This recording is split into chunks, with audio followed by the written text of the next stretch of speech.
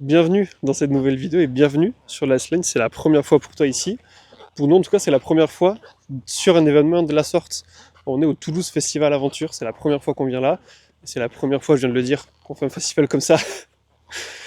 Or, on n'a pas trop regardé ce qu'il y avait. On ne s'est pas spoilé. On sait que c'est un festival, donc, comme son nom l'indique, tourné autour de l'aventure. Il y a à la fois de l'auto, de la moto, du 4x4, du van aménagé.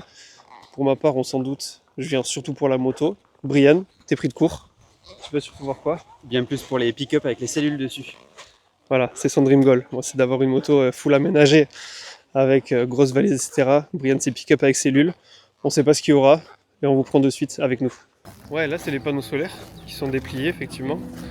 Et ouais, j'avais aperçu vite fait. Et en fait, il a pris donc les batteries Tesla qui, normalement, dans la voiture sont en long.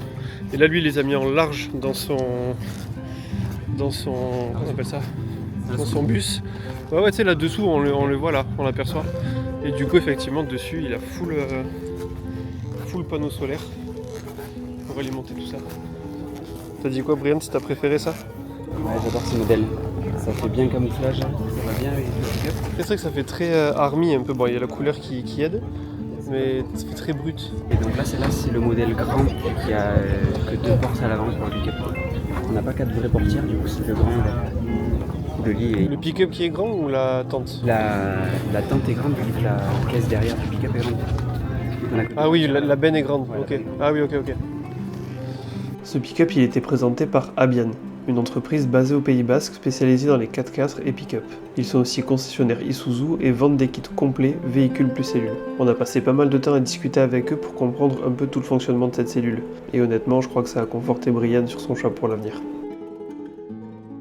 Après avoir repris des forces et s'être rafraîchi, c'est à mon tour d'avoir des étoiles plein les yeux. Le parc moto était vraiment complet. Des GS, des Ténéré, des KTM, la nouvelle KLE et même des chinoises avec QJ Motor et COV.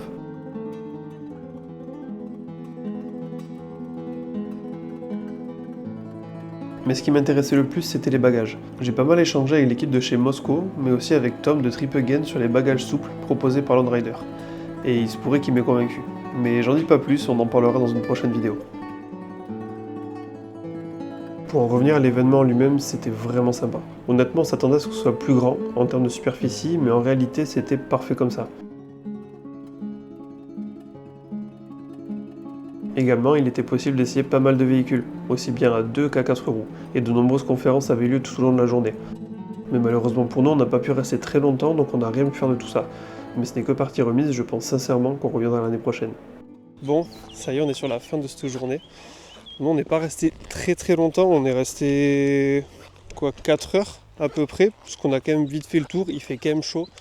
Heureusement, il y a beaucoup de vent, franchement, c'était vraiment sympa.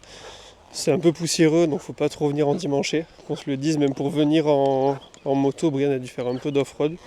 Faut s'y attendre, on le savait pas forcément. Mais pour le coup, c'était vraiment sympa. Personnellement, j'ai adoré. Alors, on n'a pas eu le temps de voir des conférences ou de choses comme ça. Mais on a quand même parlé avec pas mal de monde, notamment en ce qui concerne la bagagerie.